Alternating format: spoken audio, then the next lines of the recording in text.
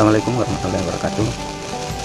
Salam sejahtera buat kita semua. Apa kabar sahabat tani dimanapun Anda berada? Kali ini kita akan menjelaskan komposisi dari pupuk hayati Biobos. Namun sebelumnya perlu kita ketahui bersama bahwa pupuk terbagi atas 3 jenis, yaitu pupuk kimia. Seperti kita ketahui bersama bahwa pupuk kimia itu apa sih, produk-produk dari pupuk kimia itu yang umumnya kita tahu adalah urea, yaitu untuk memenuhi unsur N daripada tanaman kita. Kemudian di sana ada TSP atau SP26, yaitu untuk memenuhi kebutuhan unsur P atau fosfor pada tanaman. Yang ketiga ada KCl, yaitu kalium klorida, untuk memenuhi unsur K dari tanaman itu sendiri. Pupuk yang kedua yaitu pupuk organik. Apa itu pupuk organik? Di sini saya mengutip dari agroprobiotik.com. Ini menjelaskan bahwa pupuk organik adalah nama politik untuk semua jenis bahan organik asal tanaman dan hewan yang dapat dirembak menjadi hara yang tersedia bagi tanaman. Itu pupuk organik yang menyerupai humus atau unsur hara yang ada dalam tanaman. Yang ketiga adalah pupuk hayati. Menurut dari surat permintaan nomor 2 tahun 2006, menggolongkan pupuk hayati ke dalam pupuk pembuatan tanah. Pupuk hayati bukan pupuk organik. Sedangkan pupuk pembuatan tanah itu sendiri bisa terdiri dari organik ataupun non-organik. Pupuk hayati termasuk dalam pupuk pembuatan tanah yang terdiri dari organisme hidup atau organik. Oke, sekarang kita melihat apa unsur-unsur atau bakteri apa yang terkandung di dalam pupuk hayati tersebut. Ini kita tampilkan sebuah PDF yang kita kutip dari beberapa sumber, termasuk dari sumber dari Keling itu sendiri. Mari kita simak. Oke, kita langsung saja. Di hadapan kita sekarang sudah ada PDF yang sudah kita rangkum dari berbagai sumber, termasuk dari website Keling itu sendiri. Di hadapan kita juga ada pupuk Keling Biobos, Biobos, itu pupuk hayati yang kita jelaskan sebelumnya. Dan ini komposisinya terbalik seperti kamera depan. Oke, sekarang kita langsung saja isi dan kandungan pupuk hayati Biobos. Keling Biobos merupakan pupuk hayati yang mengandung mikroorganisme yang unggul, bermanfaat untuk meningkatkan produktivitas dan hasil panen pada usaha pertanian, peternakan, dan perikanan. Manfaat dari Keling Biobos, jangan di skip teman-teman, supaya kita sama-sama bisa mengetahui seperti apa pupuk ini. Hayati Biobos. Bentuknya cair sehingga mudah dan cepat diserap oleh tanah. Mengandung bakteri unggul, hasil proses isolasi dan pembiakan murni, tidak mengandung bahan yang bersifat najis seperti kotoran hewan dan tidak mengandung bakteri patogen yang berbahaya, sehingga aman bagi pelaksanaan pengaplikasian pada lahan pertanian seperti itu. Meningkatkan proses biokimia tanah sehingga menyediakan unsur nitrogen tadi kita jelaskan, yaitu menambah unsur E, kemudian unsur P, dan mengurai unsur P dan kalium yang cukup dan mudah diserap oleh tanaman. Hasil biokimia dari bakteri dalam tanah menghasilkan hormon pertumbuhan alami gibrelin, sitokinin. Ini istilah ini bagi saya asing, jadi silakan Anda kembangkan lagi atau silakan tulis di komentar apa ini. Menghemat penggunaan pupuk kimia atau pupuk organik lainnya, karena dari pupuk hayati ini, dari Biobos ini sudah mengambil sendiri ketersediaan unsur hara yang ada di dalam tanah itu sendiri. Oke, kita lanjut. Untuk memperbaiki struktur tanah sehingga lebih subur dengan menguraikan residu pestisida yang ada di dalam tanah. Maksudnya residu pestisida itu dari pemakaian masa lalu kita menggunakan pupuk kimia, pupuk kimia yang seperti kita jelaskan sebelumnya. Unsur-unsur residu yang tidak bisa diurai oleh tanah yang tertinggal di dalam tanah itu, sehingga pada nantinya dia tertinggal di dalam dan akan membuat tanah itu menjadi padat dan keras. Nah, fungsi dari pupuk hayati Biobos ini untuk mengurai residu atau sisa-sisa pupuk itu. Residu kalau kita bilang itu bisa kita artikan sisa-sisa atau mungkin ampas, seperti itu. Jadi selanjutnya untuk mempercepat pertumbuhan sehingga panen lebih cepat, meningkatkan kapasitas penyerapan tanah terhadap udara dan air. Yaitu tadi itu menggemburkan tanah karena dia memang fungsinya untuk mengurai tanah. Jadi tentunya untuk penyerapan air dan udara, oksigen maksudnya mungkin di sini. Kemudian meningkatkan hasil panen pada 20 hingga 50% dari kondisi awal sebelum menggunakan pupuk ini. Mungkin teman-teman sudah membuktikan, teman-teman sahabat tani sudah banyak yang membuktikan ini. Seperti apa bisa tulis di komentar. Dan saya juga baru di sini. Jadi di sini kita bisa saling berbagi dan koreksi bila ada yang keliru dari saya. Oke, dapat digunakan untuk semua jenis tanaman, baik pertanian, perkebunan, kehutanan, dan berbagai jenis lahan, dan tentunya ramah lingkungan. Oke, komposisinya. Komposisi yang terkandung dalam pupuk hayati biobos ini yaitu 1 asobakter. Asobakter yang seperti yang kita jelaskan tadi, yang kita baca tadi, yaitu penambat nitrogen. Kemudian azospirillum, dia fungsinya untuk menambah nitrogen juga. Mungkin nanti di sesi selanjutnya, karena ini penjelasannya agak panjang, jadi kita secara ringkasnya saja. Intinya kita sudah bisa mengetahui bahwa apa fungsi dari asobakter tersebut. Mungkin ini masukan untuk Peling juga untuk bisa menambahkan fungsi dan kegunaan bakteri yang ada di poin 1 sampai 5 ini, agar teman-teman yang menggunakannya tidak merasa asing dengan tulisan-tulisan yang ada di sini. Semoga ini bisa menjadi pertimbangan agar teman-teman tidak hanya sekedar membaca apa yang ada di sini, melainkan mengetahui apa fungsi dan kegunaan dari nama-nama yang ada di sini. Yang bisa saja banyak teman-teman yang tidak mengerti akan apa yang ada di sini.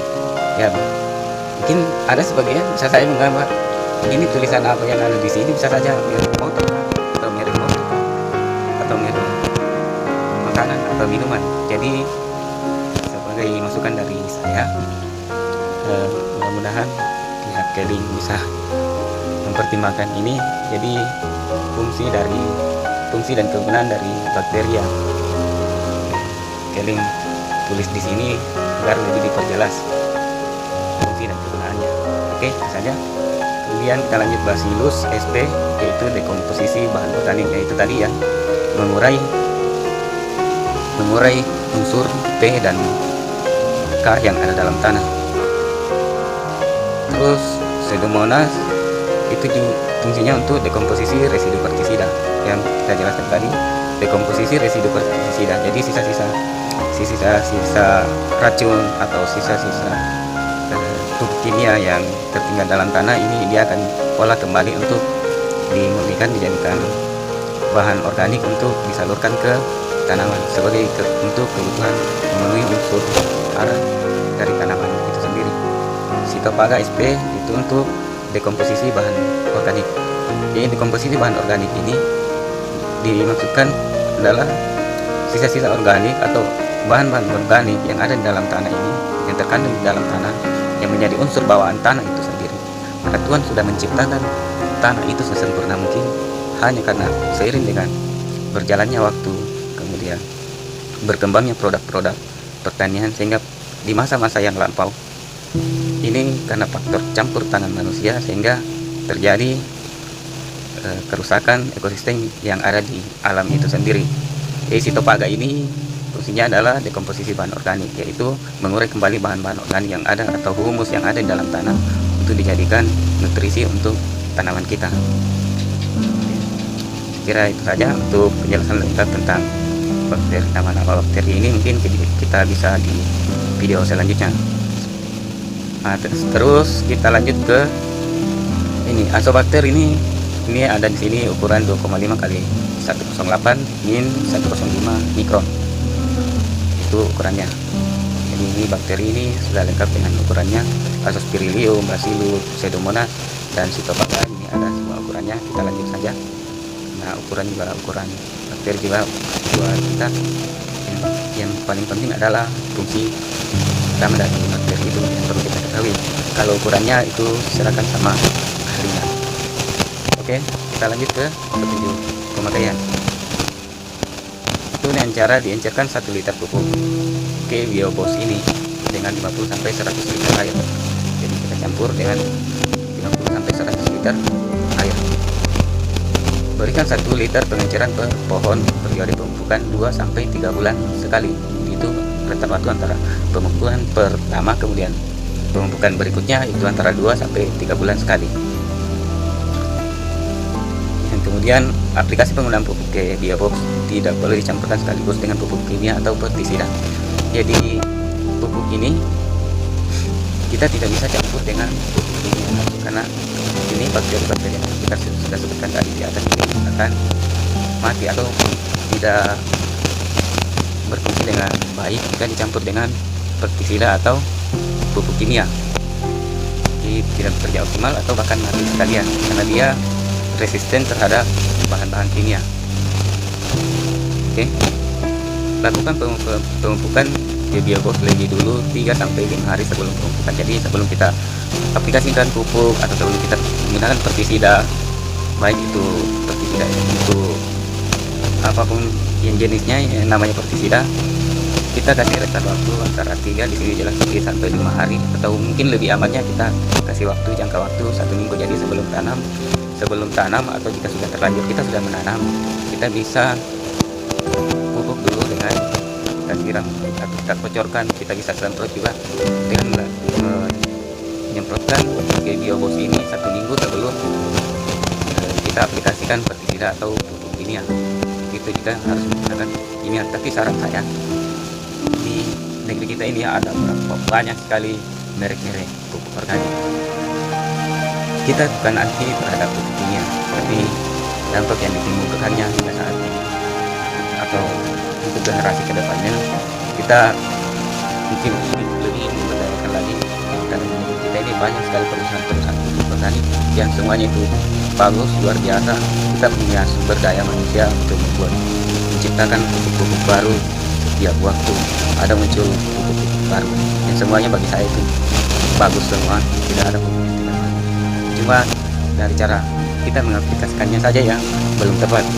Jadi teman-teman jangan menjustifikasi sebuah merek tertentu bahwa merek itu tidak baik. Tidak hanya dia baik, mungkin di kondisi alam atau kontur tanah yang ada di tempat kita beda dengan tempat pada saat penelitian pupuk itu, sehingga kurang optimal atau tidak sesuai dengan ekspektasi kita, tidak sesuai dengan apa yang kita harapkan. Jadi bisa saja pada saat penelitian di sana atau mungkin kita tidak melakukan sesuai dengan SOP yang ada di pupuk itu sendiri. Jadi ada banyak faktor. Jadi kita jangan buru-buru menyalahkan produknya atau merek tertentu. Gitu teman-teman. Intinya apapun yang mereka ciptakan itu, kecuali yang memang menggunakan merek lain, merek yang sudah di pasar tapi bukan perusahaan itu yang produksi. Itu bukan jadi kalian besar lagi. Biobos ada banyak sekali yang murah di pasaran, tapi entah produksinya di mana dan datangnya dari mana. Nah, itu yang menjadi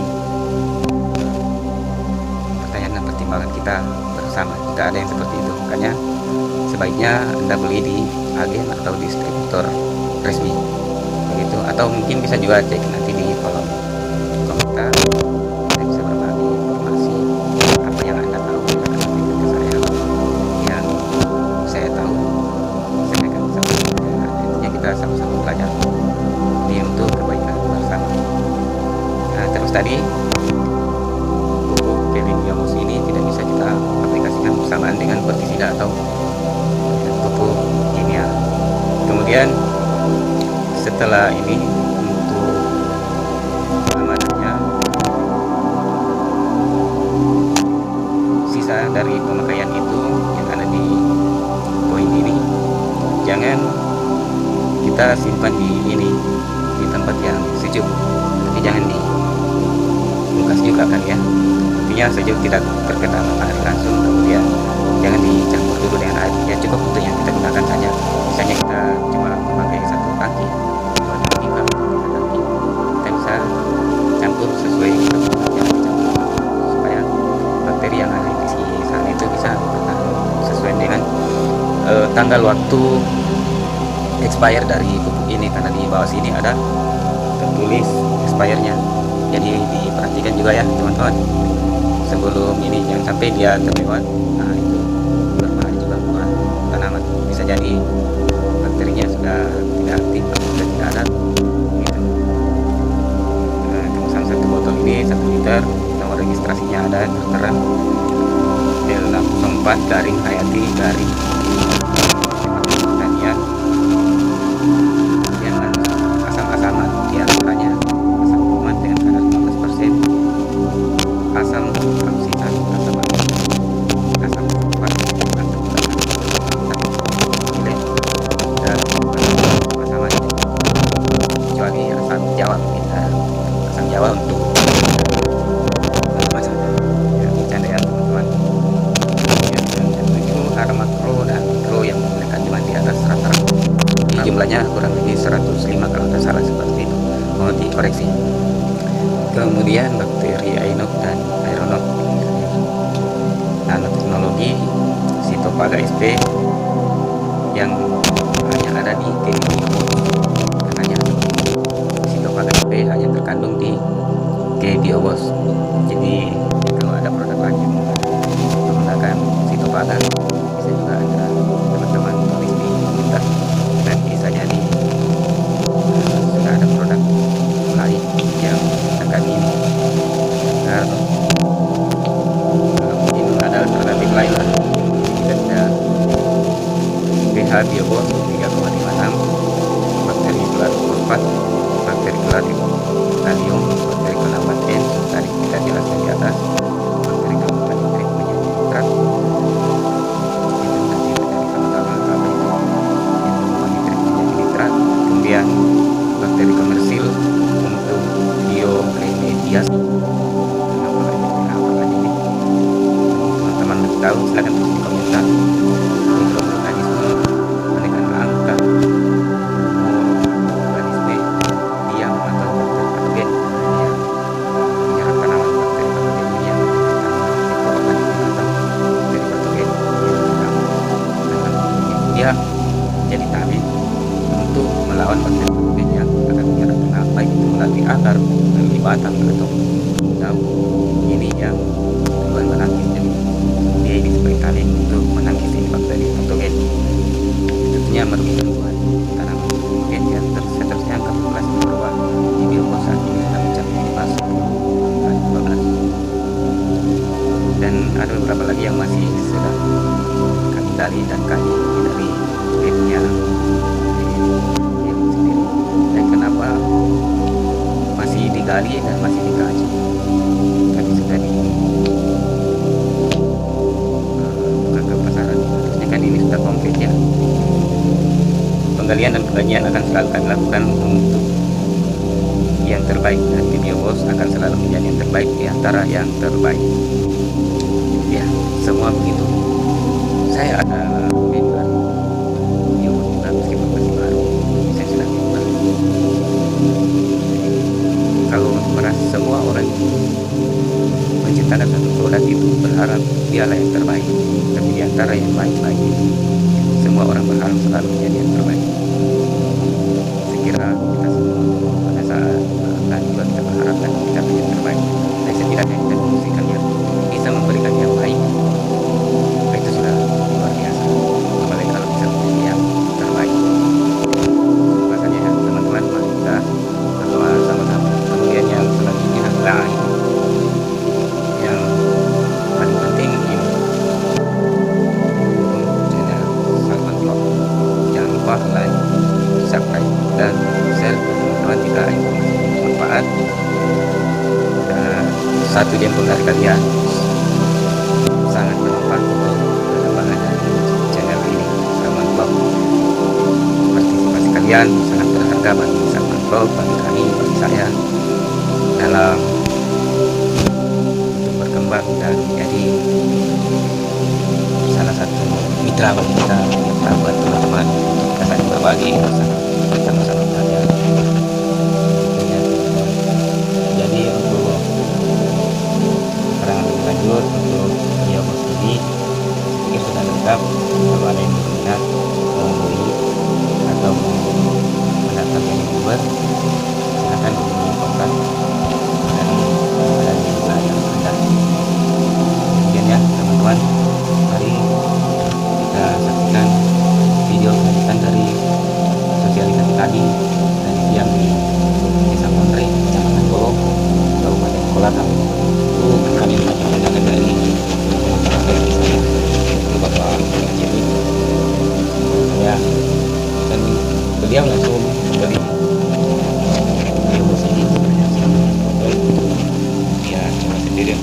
Kan di